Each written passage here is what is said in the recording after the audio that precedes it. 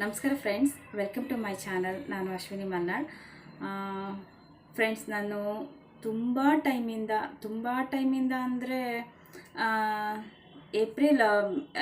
ಏಪ್ರಿಲಿಂದ ಈಚೆಗೆ ನಾನು ಕರೆಕ್ಟಾಗಿ ಯಾವ ವೀಡಿಯೋಸ್ನೂ ಅಪ್ಲೋಡೇ ಮಾಡಿಲ್ಲ. ಅಂದರೆ ಒಂದೆರಡು ಮೂರು ಅಥವಾ ಅಷ್ಟೇ ನಾನು ವೀಡಿಯೋಸ್ನ ಅಪ್ಲೋಡ್ ಮಾಡಿರೋದು ಅನಿಸುತ್ತೆ. ಇಷ್ಟು ಅಂದರೆ ಒಂದೆರಡು ತಿಂಗಳು ಕರೆಕ್ಟಾಗಿ ಗ್ಯಾಪ್ ಆಗಿದೆ. ಕಂಟಿನ್ಯೂಸ್ ಆಗಿ 1 ಮಂತ್ ಅಂತೂ ಏನೂ ವೀಡಿಯೋಸ್ ಹಾಕಿರಲಿಲ್ಲ ನಾನು. ಅಂದರೆ ಯಾಕೆ ಅಂದರೆ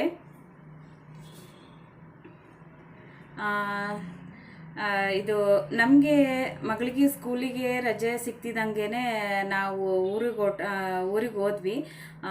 ಏಪ್ರಿಲ್ ನೆಕ್ಸ್ಟ್ ಒಂದು 15th ಹಾಗೆ ನಾವು ಊರಿಗೆ ಹೊರಟೋದ್ರೆ ಅಲ್ಲಿ ಅಮ್ಮನ ಮನೆಯಲ್ಲಿ ನಮಗೆ ನೆಟ್ವರ್ಕ್ ಸಿಕ್ಕಲ್ಲ. ನಾನಲ್ಲಿ ಏನು ವೀಡಿಯೋಸ್ ಮಾಡಿ ಏನೂ ಹಾಕೋಕ್ಕಾಗಲ್ಲ. ಅದಕ್ಕೋಸ್ಕರ ಅಲ್ಲಿ ಸ್ಟಾಪ್ ಮಾಡಿದೆ. ಆಮೇಲೆ ಹಸ್ಬೆಂಡ್ ಮನೇಲೂ ಹಾಗೇ, ಅಲ್ಲೂ ಕೂಡ ನೆಟ್ವರ್ಕ್ ಇರಲ್ಲ. ಅಲ್ಲೂ ತುಂಬ ದಿನ ಇದ್ವಿ, ಅಮ್ಮನ ಮನೇಲೂ ತುಂಬ ದಿನ ಇದ್ವಿ. ಹಾಗಾಗಿ ಎಲ್ಲೂ ನಾನು ವೀಡಿಯೋಸ್ನ ಮಾಡೋಕ್ಕೂ ಆಗಿಲ್ಲ, ಹಾಕೋಕ್ಕೂ ಆಗಿಲ್ಲ, ಏನೂ ಮಾಡೋಕ್ಕಾಗಿಲ್ಲ. ನಮ್ಮ ಆಂಟಿ ಮನೇಲಿ ಮಾತ್ರ ಕರೆಕ್ಟಾಗಿ ನೆಟ್ವರ್ಕ್ ಸಿಗುತ್ತೆ. ಹಾಗಾಗಿ ನಾನು ಆಂಟಿ ಮನೇಲಿ ಇದ್ದರೆ ಮಾತ್ರ ಅಲ್ಲಿ ಸ್ವಲ್ಪ ವೀಡಿಯೋಸ್ ಏನಾದರೂ ಮಾಡಿಕೊಂಡು ಹಾಕ್ತೀನಿ ಅಷ್ಟೇ. ಯಾಕಂದರೆ ಜಾಸ್ತಿ ವೀಡಿಯೋಗಳನ್ನ ಮಾಡಿ ಕೂಡ ಇಟ್ಕೊಳ್ಳೋಕ್ಕೂ ಆಗಲ್ಲ. ಆವಾಗವಾಗ ಅಪ್ಲೋಡ್ ಮಾಡಿ ಇದು ಮಾಡ್ತಿರ್ಬೇಕು. ಹಾಗಾಗಿ ನನಗೆ ಅಲ್ಲಿ ಇದ್ದಿದ್ದರಿಂದ ನನಗೇನೂ ಹಾಕೋಕ್ಕೆ ಆಗ್ತಿರ್ಲಿಲ್ಲ. ಅದು ಸ್ಟಾಪ್ ಮಾಡಿಬಿಟ್ವಿ ಹಾಗೇ. ಮತ್ತು ಹಾಗೆ ನೆಕ್ಸ್ಟು ಅಲ್ಲಿಂದ ಬಂದು ನಾವು ಎಷ್ಟು ಮೇ 15 ಹಾಗೆ ಇಲ್ಲಿಗೆ ಬಂದ್ವಿ. ಮೇ 13 ಹಾಗೆ ಏನೋ ಬೆಂಗಳೂರಿಗೆ ಬಂದ್ವಿ. ಇಲ್ಲಿ ಬಂದು ಕೂಡ ನಂಗೆ ಸ್ಟಾರ್ಟ್ ಮಾಡೋಕ್ಕಾಗಲಿಲ್ಲ. ಯಾಕೆ ಅಂದರೆ ನಾವು ಬರುವಾಗಲೇ ನಮ್ಮ ಮಾವನ್ನ ಮತ್ತು ನಮ್ಮ ಪಪ್ಪರನ್ನೆಲ್ಲ ಇಲ್ಲಿ ಕರ್ಕೊಂಡು ಬಂದ್ವಿ. ಯಾಕೆ ಅಂದರೆ ನಾವು ತಿರುಪತಿಗೆ ಹೋಗಬೇಕು ಅಂತ ಪ್ಲ್ಯಾನ್ ಮಾಡಿದ್ವಿ. ತಿರುಪತಿಗೆ ಹೋಗಬೇಕು ಅಂತ ಪ್ಲ್ಯಾನ್ ಮಾಡಿದ್ರಿಂದ ಅವ್ರನ್ನೆಲ್ಲ ಕರ್ಕೊಂಡು ಹೋಗೋಣ ಅಂದ್ಕೊಂಡು ಅಪ್ಪನ ಮತ್ತು ಮಾವನ ಎಲ್ಲ ನಮ್ಮ ಮಾವಂಗೆ ತಿರುಪತಿ ಹೋಗೋಣ ಅಂತ ಹೇಳಿ ತುಂಬ ವರ್ಷ ಆಗಿತ್ತು. ನಾವು ಕರ್ಕೊಂಡು ಹೋಗೋಕ್ಕೆ ಆಗಿರಲಿಲ್ಲ ಪಾಪ. ಮತ್ತು ಈಗ 1-2 ವರ್ಷದಿಂದ ಈಚೆಗೆ ನಾವೇ ಕರ್ಕೊಂಡು ಹೋಗೋಣ ಅಂದರೂ ನಮ್ಮ ಮಾವಂಗೆ ಬರೋಕ್ಕಾಗ್ತಿರ್ಲಿಲ್ಲ. ತುಂಬ ಕಷ್ಟ ಆಗೋದು, ಏಜ್ ಆಗಿದೆ ಅಲ್ವಾ. ಹಾಗಾಗಿ ಸರಿ, ಈ ವರ್ಷ ಏನಾದರೂ ಆಗಲಿ ಹೋಗಿ ಬಂದುಬಿಡೋಣ, ಇನ್ನೂ ವರ್ಷ ಅಂತ ತಳ್ತಾ ಇದ್ರೆ ಹೋಗೋಕ್ಕಾಗಲ್ಲ ಅಂದ್ಕೊಂಡು ಧೈರ್ಯ ಮಾಡಿ ಮಾವನ್ನು ಕೂಡ ಕರ್ಕೊಂಡು ಹೋದ್ವಿ. ಹಾಗಾಗಿ ಎಲ್ಲ ಸ್ವಲ್ಪ ಏಜ್ ಆದವ್ರನ್ನೇ ಕರ್ಕೊಂಡು ಹೋಗಿದ್ರಿಂದ ನನಗಲ್ಲಿ ಜಾಸ್ತಿ ವೀಡಿಯೋಸ್ ಮಾಡೋಕ್ಕಾಗಲಿಲ್ಲ. ಅದ್ರ ಜೊತೆಗೆ ವೀಡಿಯೋಸೇ ಮಾಡೋಕ್ಕಾಗಲಿಲ್ಲ. ಅದ್ರ ಜೊತೆಗೆ ಅಲ್ಲಿ ಮಳೆ ಬೇರೆ ಸ್ಟಾರ್ಟ್ ಆಯಿತು, ತುಂಬ ಮಳೆ ಇತ್ತು ಅಲ್ಲಿ ನಾವು ಹೋದ ಟೈಮಲ್ಲಿ. ಅದು ಅಲ್ಲದೆ ತುಂಬ ರಶ್ ಇತ್ತು. ಮೇ ತಿಂಗಳಲ್ಲಿ ತುಂಬ ಅಂದರೆ ತುಂಬ ರಶ್ ಇತ್ತು. ಒಂದು ನ್ಯೂಸ್ ಚಾನಲಲ್ಲಿ ಕೂಡ ಬರ್ತಾಯಿತ್ತು, ನೀವು ಆ ಥರ ತಿರುಪತಿ ಹೋಗೋ ಪ್ಲ್ಯಾನ್ ಹಾಕ್ಕೊಂಡಿದ್ರೆ ಪ್ಲೀಸ್ ಹೋಗಬೇಡಿ, ತುಂಬ ರಶ್ ಇದೆ, 6-7 ಕಿಲೋಮೀಟರ್ವರೆಗೆ ಕ್ಯೂ ಇದೆ, ಹೋಗಬೇಡಿ, ಆ ಥರ ಎಲ್ಲ ಹೋಗಬೇಡಿ ಅಂದರೆ ಮುಂದೆ ಪ್ಲ್ಯಾನ್ ಮಾಡ್ಕೊಳ್ಳಿ ಅಂತ ಹೇಳಿಬಿಟ್ಟಿತ್ತು.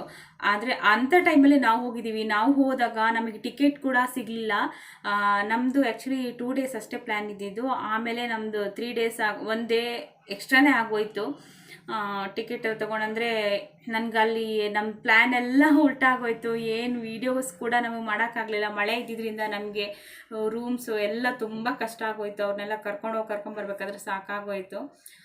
ಅಲ್ಲಿ ಆ ಥರ ಪ್ಲ್ಯಾನ್ ಆಮೇಲೆ ಅವ್ರನ್ನ ಕರ್ಕೊಂಬಂದು ಇಲ್ಲಿ ಕಳಿಸಿ, ಮತ್ತು ತಿರ್ಗಾ ಎಲ್ಲ ಊರಿಗೆ ಕಳಿಸಿ, ಬೆಂಗಳೂರಿಗೆ ಕರ್ಕೊಂಬಂದು ತಿರ್ಗಾ ಊರಿಗೆ ಕಳಿಸಿದ್ವಿ. ಆಮೇಲೆ ಇವ್ರಿಗೆ ಇನ್ನೇನು ಜೂನು ಸ್ಕೂಲ್ ಸ್ಟಾರ್ಟ್ ಆಗೋಕ್ಕೆ ಶುರುವಾಯ್ತು. ಮೇ 27ಇಂದ ಮುದ್ದು ಸ್ಕೂಲ್ ಸ್ಟಾರ್ಟ್ ಆಗ್ತಾ ಬಂತು. ಬುಕ್ಸ್ ಎಲ್ಲ ಹಾಗೆ ಬಿಟ್ಟೋಗಿದ್ವಿ.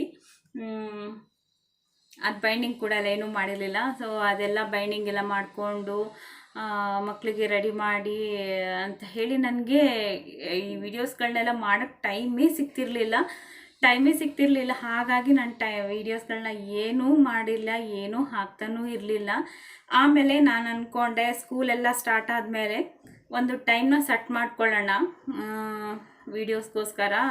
ಇಂಥ ಟೈಮಲ್ಲಿ ವೀಡಿಯೋ ಮಾಡೋಣ, ಇಂಥ ಟೈಮ್ನಲ್ಲಿ ಎಡಿಟ್ ಮಾಡ್ಕೊಳ್ಳೋಕ್ಕೆ, ಅಪ್ಲೋಡ್ ಮಾಡೋಕ್ಕೆಲ್ಲ ಸೆಟ್ ಮಾಡ್ಕೊಳ್ಳೋಣ ಅಂತ ಅಂದ್ಕೊಂಡೆ. ಅದು ಕೂಡ ಆಗಲಿಲ್ಲ. ಮುದ್ದುಗೆ ಬೇರೆ ಈ ವರ್ಷ ಸ್ಕೂಲ್ ಹೋಗ್ತಾನಲ್ಲ. ಹೆಂಗೆ ಅಂದರೆ ಬೆಳಗ್ಗೆ 8 o'clock ಮಗಳಿಗೆ ಬಿಡಬೇಕು. ನೆಕ್ಸ್ಟು 9:15 ಅಂದರೆ 9:30ಗೆ ಅವನಿಗೆ ಸ್ಟಾರ್ಟ್ ಆಗುತ್ತೆ. 9:15 ಹಾಗೆಲ್ಲ ಅವನಿಗೆ ಸ್ಕೂಲಿಗೆ ಬಿಡಬೇಕು.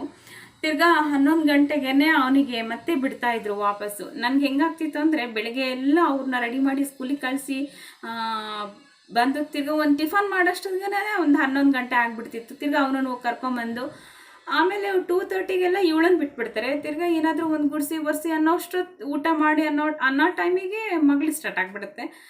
ಅಂದರೆ ಸ್ಕೂಲು ಅವಳಿಗೆ ಬಿಡ್ತಾರೆ. ಆ ಥರ ಆಗ್ತಿತ್ತು. ಮನೆಗೆ ಬರ್ತಿದ್ದಂಗೆ ಮತ್ತೆ ಸ್ವಲ್ಪ ಓದಿಸೋದು ಏನಾದರೂ ಈ ಥರ ಒಂದು ಟೈಮ್ ಸೆಟ್ ಮಾಡ್ಕೊಳ್ಳೋಣ ಅಂದರೆ ಆಗ್ತಾನೆ ಇಲ್ಲ. ನಾ ಹಸ್ಬೆಂಡಿಗೆ ಬೇರೆ one week first shift, 1 week second shift. First shift ಇದ್ದಾಗ ಬೆಳಿಗ್ಗೆ ಬೇಗ ಹೊರಟೋಗ್ತಾರೆ, ಸೆಕೆಂಡ್ ಶಿಫ್ಟ್ ಇದ್ದಾಗ ಮಧ್ಯಾಹ್ನ ಹೋಗ್ತಾರೆ. ಅವರಿಗೆ ಅಡುಗೆ ಎಲ್ಲ ಮಾಡಬೇಕಲ್ಲ, ಆ ಟೈಮಿಗೆ ಹೆಂಗೆ ಸೆಟ್ ಮಾಡ್ಕೋಬೇಕಂತಲೇ ಗೊತ್ತಾಗ್ತಿರ್ಲಿಲ್ಲ. ಹಾಗಾಗಿ ತುಂಬ ಕಷ್ಟ ಅನಿಸ್ತು.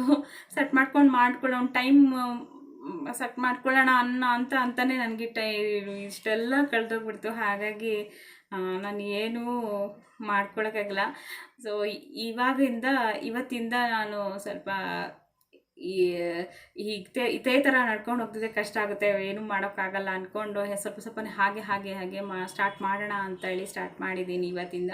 ಸೊ ಫ್ರೆಂಡ್ಸ್, ಪ್ಲೀಸ್ ಮತ್ತೆ ವೀಡಿಯೋಸ್ಗಳನ್ನ ನಾನು ಅಪ್ಲೋಡ್ ಮಾಡಬೇಕು, ಮತ್ತೆ ಹಾಕಬೇಕು ಅಂತ ಅಂದ್ಕೊಂಡಿದ್ದೀನಿ. ಪ್ಲೀಸ್ ಹೀಗೆ ನಿಮ್ಮ ಸಪೋರ್ಟ್ ಮಾಡ್ತಾಯಿರಿ. ಹಾಗೆ ಯಾರೆಲ್ಲ ನನ್ನ ಚಾನಲ್ನ ಸಬ್ಸ್ಕ್ರೈಬ್ ಮಾಡ್ಕೊಂಡಿಲ್ಲ, ನನ್ನ ಚಾನಲ್ನ ನೋಡಿ ಪ್ಲೀಸ್ ಸಬ್ಸ್ಕ್ರೈಬ್ ಮಾಡ್ಕೊಳ್ಳಿ. ತುಂಬ ಗ್ಯಾಪ್ ಆಗಿದ್ದರಿಂದ ನನಗೆ ಮತ್ತೆ ಒಂಥರ ಹೊಸದಾಗಿ ಸ್ಟಾರ್ಟ್ ಮಾಡ್ತಿದ್ದೀನೇನೋ ಅನ್ನೋ ಥರ ಅನಿಸ್ತಾ ಇದೆ. ಹಾಗೆ ನನ್ನ ವೀಡಿಯೋಸಲ್ಲಿ ಏನಾದರೂ ತಪ್ಪು ಅಂತ ಅನಿಸಿದ್ರೆ ಅದನ್ನು ಪ್ಲೀಸ್ ನನಗೆ ತಿಳಿಸ್ತಾ ಇರಿ. ನಾನು ಆದಷ್ಟು ಮಕ್ಳಿಗೂ ಟೈಮ್ ಕೊಟ್ಕೊಂಡು, ಮನೆಯವ್ರಿಗೂ ಟೈಮ್ ಕೊಟ್ಕೊಂಡು, ನನ್ನ ಇದಕ್ಕೂ ಟೈಮ್ ಮಾಡ್ಕೊಬೇಕು ಅಂದರೆ ಸ್ವಲ್ಪ ಕಷ್ಟ ಆಗುತ್ತೆ. ಆದ್ರೂ ಹೇಗೋ ಮಾಡಿ ಅಡ್ಜಸ್ಟ್ ಮಾಡೋಣ ಅಂತ ಹೇಳಿ ಸ್ಟಾರ್ಟ್ ಮಾಡಿದ್ದೀನಿ. ಸೊ ಪ್ಲೀಸ್ ಫ್ರೆಂಡ್ಸ್, ಹಾಗೆ ನನ್ನ ಚಾನಲ್ನ ಪ್ಲೀಸ್ ಸಬ್ಸ್ಕ್ರೈಬ್ ಮಾಡೋದ್ರ ಜೊತೆಗೆ ಇದನ್ನು ನಾನು ನಿಮಗೆ ತಿಳಿಸ್ಬೇಕಿತ್ತು, ಯಾಕೆ ಹಾಕ್ತಾ ಇಲ್ಲ ವೀಡಿಯೋಸ್ಗಳನ್ನ ಅಂತ. ನನ್ನ ಫ್ರೆಂಡ್ಸ್ ಎಲ್ಲ ಕೇಳ್ತಾಯಿದ್ರು, ಯಾಕೆ ವೀಡಿಯೋಸ್ಗಳನ್ನ ಹಾಕ್ತಾ ಇಲ್ಲ, ಯಾಕೆ ಏನೂ ಮಾಡ್ತಾಯಿಲ್ಲ, ಸ್ಟಾಪ್ ಮಾಡಿದ್ರಾ, ಬಿಟ್ಬಿಟ್ರಾ ಅಂತ ಕೇಳ್ತಾಯಿದ್ರು. ಅವ್ರಿಗೂ ಇದೇ ರೀಸನ್ ಹೇಳಿದ್ದೆ ನಾನು, ಹೀಗೆ ಆಗ್ತಿದೆ ಅಂತ. ಸೊ ಇನ್ಮೇಲೆ ಸ್ವಲ್ಪ ಹಾಕಿ ಸ್ಟಾರ್ಟ್ ಮಾಡೋಣ ಅಂತ ಅಂದ್ಕೊಂಡಿದ್ದೀನಿ. ಪ್ಲೀಸ್ ಫ್ರೆಂಡ್ಸ್, ನನ್ನ ವೀಡಿಯೋಸ್ ಯಾರಿಗೆಲ್ಲ ಇಷ್ಟ ಆಗುತ್ತೆ ಪ್ಲೀಸ್ ನನಗೂ ಕೂಡ ಸಪೋರ್ಟ್ ಮಾಡಿ, ಹಾಗೆ ಸಬ್ಸ್ಕ್ರೈಬ್ ಮಾಡೋದನ್ನು ಮರಿಬೇಡಿ please friends. Thank you friends. ಹಾಗೆ ಇವತ್ತು ಬೆಳಿಗ್ಗೆ ನಾನು ವೀಡಿಯೋಸ್ ಮಾಡೋದನ್ನು ಸ್ಟಾರ್ಟ್ ಮಾಡೋಣ ಅಂತೇಳಿ ಸ್ಟಾರ್ಟ್ ಮಾಡ್ತಿದ್ದೀನಿ ಫ್ರೆಂಡ್ಸ್. ನನ್ನ ಮಗಳು ಇವತ್ತು ಪೂರಿ ಮಾಡು ಅಮ್ಮ ಅಂತ ಹೇಳಿದ್ಲು.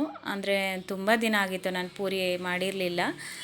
ಹಾಗಾಗಿ ಅವಳಿಗೆ ಆಸೆ ಆಗ್ತಿತ್ತು ಅನಿಸುತ್ತೆ, ತುಂಬ ಇಷ್ಟ ಅವಳಿಗೆ, ಅದಕ್ಕೆ ಪೂರಿ ಮಾಡು ಅಂತ ಹೇಳಿದ್ಲು. ಸೊ ಇವತ್ತು ಪೂರಿ ಮತ್ತು ಸಾಗು ಮಾಡೋಣ ಅಂದ್ಕೊಂಡು ಮಾಡ್ತಾಯಿದ್ದೆ.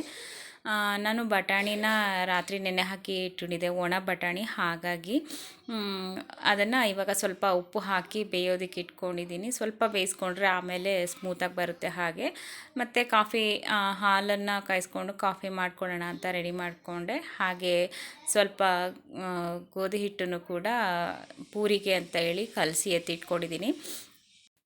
ಹಾಗೆ ಸಾಗು ಮಾಡೋದಕ್ಕೆ ಅಂತ ನಾನು ಒಂದು ಅರ್ಧ ಆಲೂಗಡ್ಡೆ, 1 ಟೊಮೆಟೊ, 1 ನವಿಲುಕೋಸು, ಒಂದು ಕ್ಯಾರೆಟು, ಒಂದು 4 ಬೀನ್ಸು ಇಷ್ಟು ತೊಗೊಂಡಿದ್ದೀನಿ. ಯಾಕಂದರೆ ಜಾಸ್ತಿ ಆಗಿಬಿಟ್ರೆ ಮತ್ತು ತಿನ್ನೋದಿಲ್ಲ, ಮಕ್ಕಳು ಕೂಡ ಜಾಸ್ತಿ ತಿನ್ನೋದಿಲ್ಲ, ನಮಗೂ ಮತ್ತು ರೈಸ್ ಜೊತೆಗೆಲ್ಲ ಚೆನ್ನಾಗಾಗಲ್ಲ ಅದು. ಅದಕ್ಕೆ ಬರೀ ಪೂರಿಗಾಗುವಷ್ಟು ಮಾತ್ರ ಮಾಡ್ತಾಯಿದ್ದೀನಿ ನಾನು.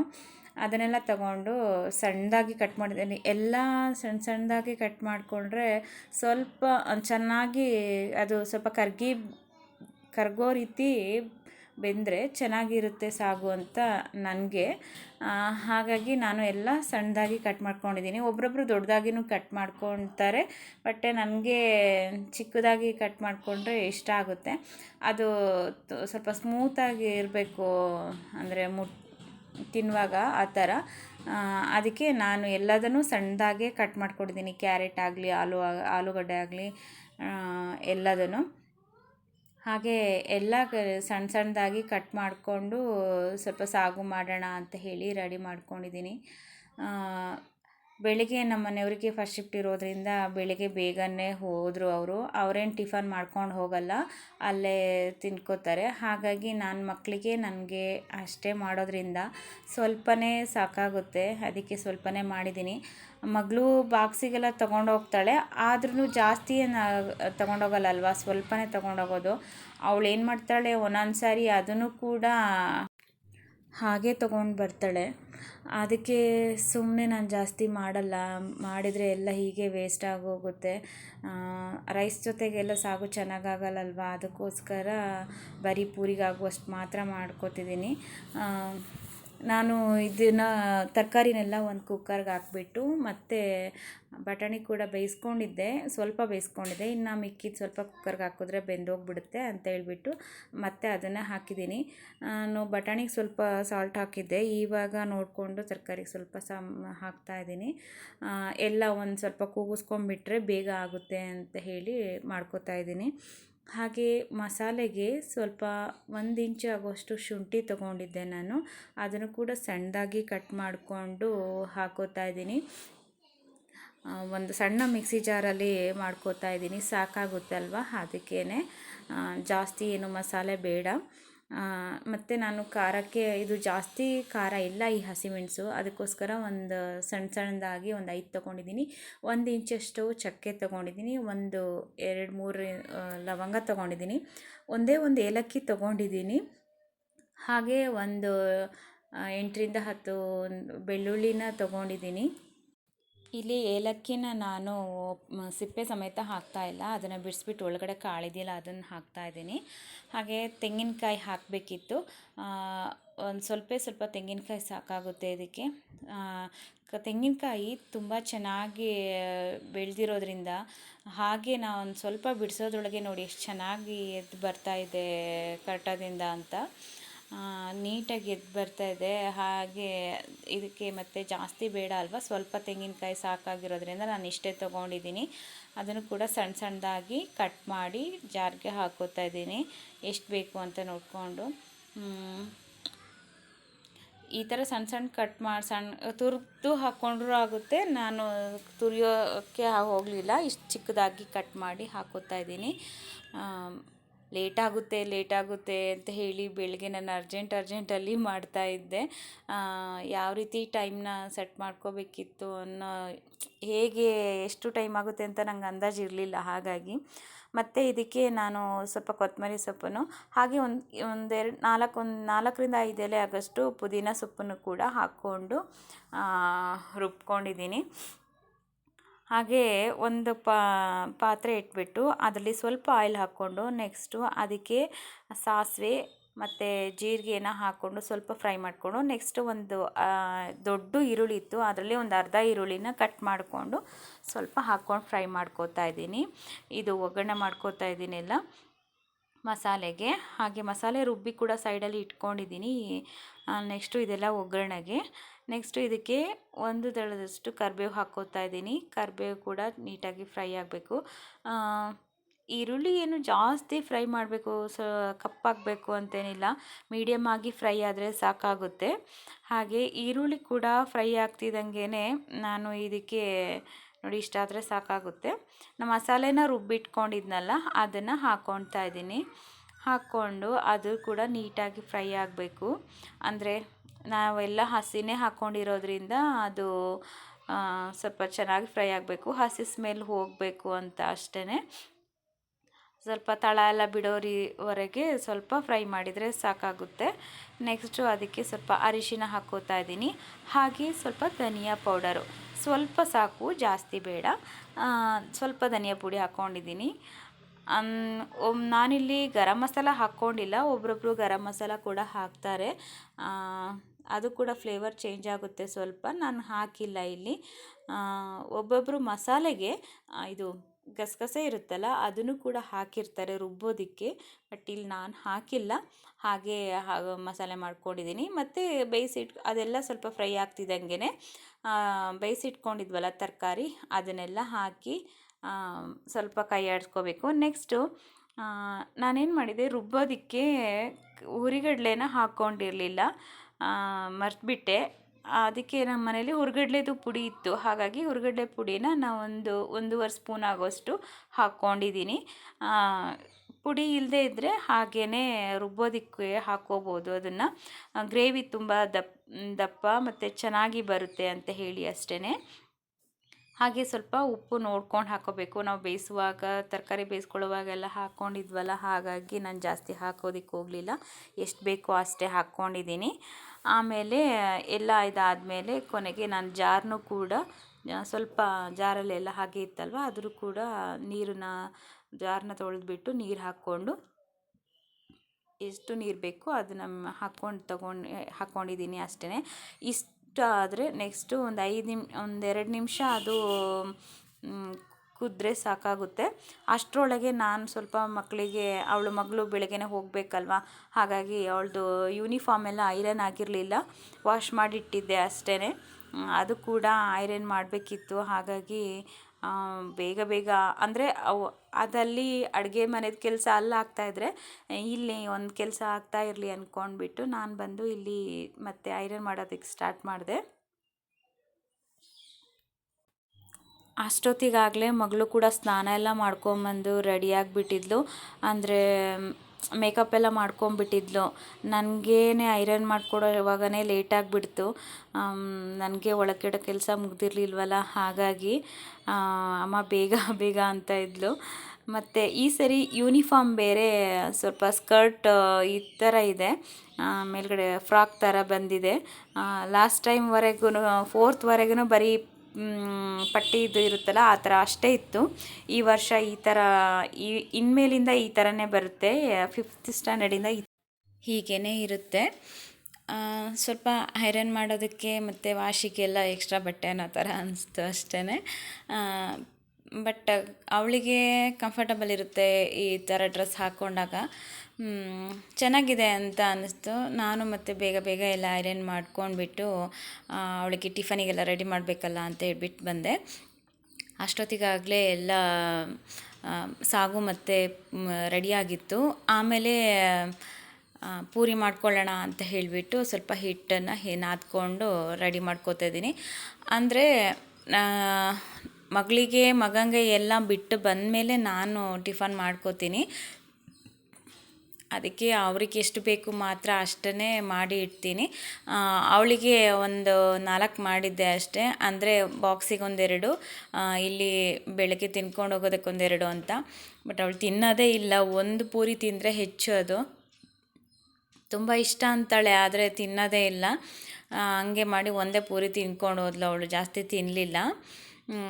ನಾನು ಮತ್ತೆ ಮಗಂಗೆ 1-2 ಪೂರಿ ಮಾಡಿಕೊಟ್ಟು ಮತ್ತು ಆ ಥರ ಮಾಡ್ಕೊಂಡು ಹೋದೆ. ಫುಲ್ ಪೂರಿನೂ ಮಾಡಿಟ್ರೂ ಚೆನ್ನಾಗಿರಲ್ಲ, ಹಾಗಾಗಿ ಪೂರಿ ಎಲ್ಲ ಮಾಡಿಕೊಟ್ಬಿಟ್ಟು ಅವಳನ್ನ ಕಳಿಸಿ ಬರುವಾಗಲೇ ಮುದ್ದುಗೆ ಟೈಮ್ ಆಗಿರುತ್ತೆ. ಹಂಗಾಗಿ ಮತ್ತೆ ಮುದ್ದುಗೆ ಬೇರೆ ರೆಡಿ ಮಾಡಿ ಅವನನ್ನು ಕಳಿಸಿ 9:15 ಹಂಗೆಲ್ಲ ಅವನಿಗೆ ಬಿಡಬೇಕಾಗುತ್ತೆ. ಹಾಗಾಗಿ ಅವಳನ್ನ ಬಿಟ್ಟು ಬರೋಷ್ಟೊತ್ತಿಗಾಗಲೇ ಟೈಮ್ ಆಗಿಬಿಟ್ಟಿರುತ್ತಲ್ವ. ಮತ್ತು ಅವನು ಒಂದೊಂದು ದಿನ ಎದ್ದಿರ್ತಾನೆ, ಒಂದೊಂದು ದಿನ ಎದ್ದಿರೋದಿಲ್ಲ. ಎಲ್ಲ ಏಳಿಸ್ಬಿಟ್ಟು ಎಲ್ಲ ಮತ್ತೆ ಅವನಿಗೆ ರೆಡಿ ಮಾಡಿ ಕರ್ಕೊಂಡು ಹೋಗೋಷ್ಟೊತ್ತಿಗೆ ಸರಿ ಹೋಗುತ್ತೆ. ಲಂಚ್ ಬಾಕ್ಸ್ಗೂ ಕೂಡ ನಾನು ಬೆಳಗ್ಗೆ ಏನು ಟಿಫನ್ ಮಾಡ್ತೀನಿ ಅದನ್ನೇ ಹಾಕ್ತೀನಿ ಮಗಳಿಗೆ. ತಿನ್ಕೊಂಡು ಬರ್ತಾಳೆ, ಜಾಸ್ತಿ ಹಾಕೋದಕ್ಕೆ ಹೋಗೋದಿಲ್ಲ. ಅಂದರೆ ಬೇರೆ ಎಲ್ಲ ಮಾಡ್ತಾ ಇರೋದಕ್ಕೆ ಟೈಮ್ ಆಗಿಬಿಟ್ಟುತ್ತೆ, ಅದಕ್ಕೋಸ್ಕರ ಟಿಫನ್ ಏನು ಮಾಡ್ತೀನಿ ಅದನ್ನೇ ಹಾಕ್ಕೊಂಡು ಹೋಗ್ತಾಳೆ.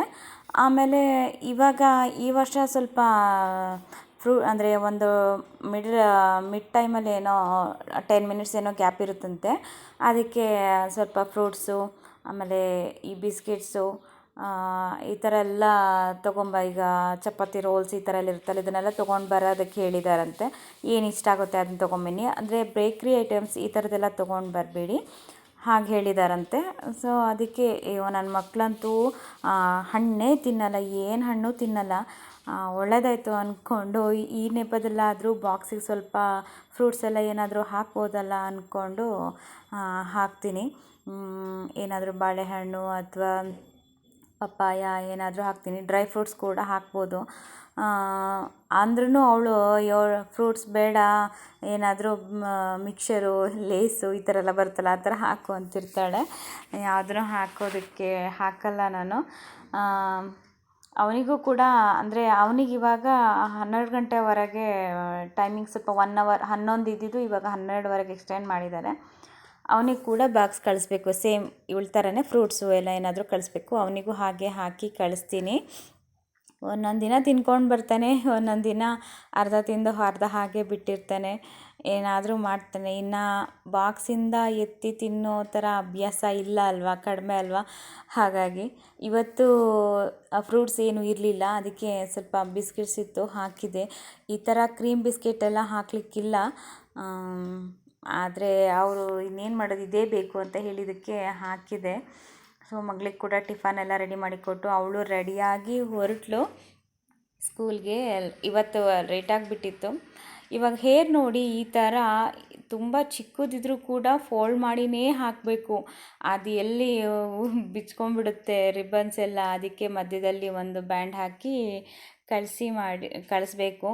ಎಷ್ಟು ಶಾರ್ಟ್ ಇದ್ರೂ ಅದು ಜಡೆ ಹಾಕೋದಕ್ಕಾಗಲ್ಲ ಅನ್ನೋ ಥರ ಇದ್ದಾಗ ಮಾತ್ರ ಅದನ್ನು ಹಾಗೆ ಬಿಡೋದಕ್ಕೆ ಹೇಳ್ತಾರೆ. ಇಲ್ಲಾದರೆ ಈ ಥರ ಫೋಲ್ಡ್ ಮಾಡಿ ಕಟ್ಟಲೇಬೇಕು. ಹಾಗೆ ಮಾಡಿ ಕಳಿಸಿ ಬಂದೆ ಮಗಳನ್ನ.